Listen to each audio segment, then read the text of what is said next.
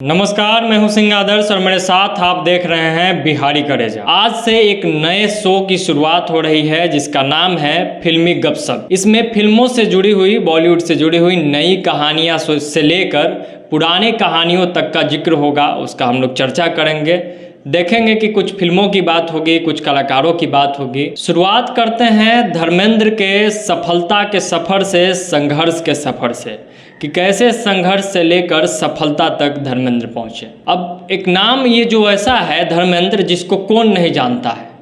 बॉलीवुड में धर्मेंद्र ने बहुत लंबे समय तक राज किया है, लेकिन एक समय ऐसा भी था जब अपने गरीबी के चरम पर थे। वो बॉलीवुड में अपना भाग्य आजमाने धर्मेंद्र चले तो आए थे, लेकिन उनको करीब 1 साल तक बहुत स्ट्रगल करना पड़ा था। धर्मेंद्र को तो कई बार ऐसा लगा कि उनका सपना शायद पूरा नहीं हो सकेगा, क्योंकि कई रातें वह न केवल भूखे रहकर बिताए थे, बल्कि उनके पास रहने के लिए रेलवे क्वार्टर का बालकनी ही था। धर्मेंद्र ने अपने स्ट्रगल के दिनों को एक इंटरव्यू में बताया था, उसका जिक्र किया था, तो उस स्ट्रगल की कहानी को आगे आप लोगों को सुना। टैलेंट हंट के जरिए धर्मेंद्र फिल्मों के लिए चुन लिए गए थे, लेकिन हंट जीतने के बाद वो फिल्म बनी ही नहीं, जिसका नतीजा ये हुआ कि काम के चक्कर में धर्मेंद्र को प्रोड्यूसर्स के ऑफिस के खूब चक्कर लगाने पड़े। इस संघर्ष में एक और संघर्ष था जो हर आदमी के जीवन के साथ जुड़ा रहता है, रहने और खाने का संघर्ष। उनके पास इतने पैसे नहीं थे कि वो खाना और रहना एक साथ कर पाते। शत्रुघ्न सिन्हा के साथ एक इंटरव्यू में धर्मेंद्र ने बताया कि उनके साथ उनका एक दोस्त भी पंजाब से आया था। दोनों ने रहने के लिए एक रेलवे क्वार्टर के बालकनी का व्यवस्था किया, उसे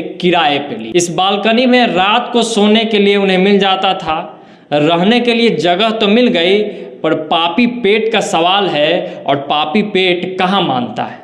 खाने का संघर्ष सबसे बड़ा संकट था धर्मेंद्र और उनके दोस्त के सामने। धर्मेंद्र ने पुराने दिनों को याद करते हुए बताया था कि रहने के लिए जगह तो मिल गई थी, लेकिन कई बार वह दोनों बिना खाए ही सो जाया करते थे। कई दिन ऐसा होता था कि बिना खाए ही वो दिन गुजारना पड़ जाता था। एक दिन कई दफ्तरों का चक्कर काटने के बाद जब रूम पर पहुंचे तो जोड़ों की भूख लग गई थी और खाने के लिए कुछ भी नहीं था, और जेब में इतने पैसे भी नहीं थे कि बाहर जाकर कुछ खा लिया जाए। कुछ नहीं सूझा तो रूम पार्टनर के पास ईसबगोल का पॉकेट था, जिस पर धर्मेंद्र का नजर गया। भूख के आगे उन्हें कुछ भी नहीं दिखाई दिया और उन्होंने पूरा पॉकेट ही पानी में मिलाकर पी लिया। इसके बाद वही हुआ जिस बात का डर था। धर्मेंद्र की तबीयत बहुत बिगड़ गई, हालत इतनी खराब हो गई कि डॉक्टर के पास जाना पड़ा। जब डॉक्टर ने पूछा क्या हुआ था, ऐसा क्या खा लिया, तो धर्मेंद्र ने पूरे बात का जब जिक्र किया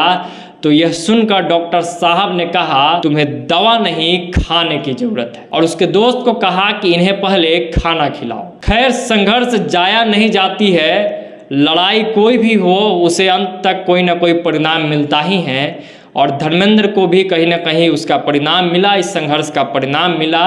और 1960 में अर्जुन हिंगा रानी ने इन्हें ब्रेक दिया, और फिल्म दिल भी तेरा हम भी तेरे से बॉलीवुड में धर्मेंद्र ने डेब्यू किया। उन्हें डेब्यू करने का एक अच्छा मौका मिला। इसके बाद इनके दिन सुधरने लगे थे। उसके बाद सफ़र जो चल पड़े, जिस सफ़र पे वो सफ़र रुका ही नहीं।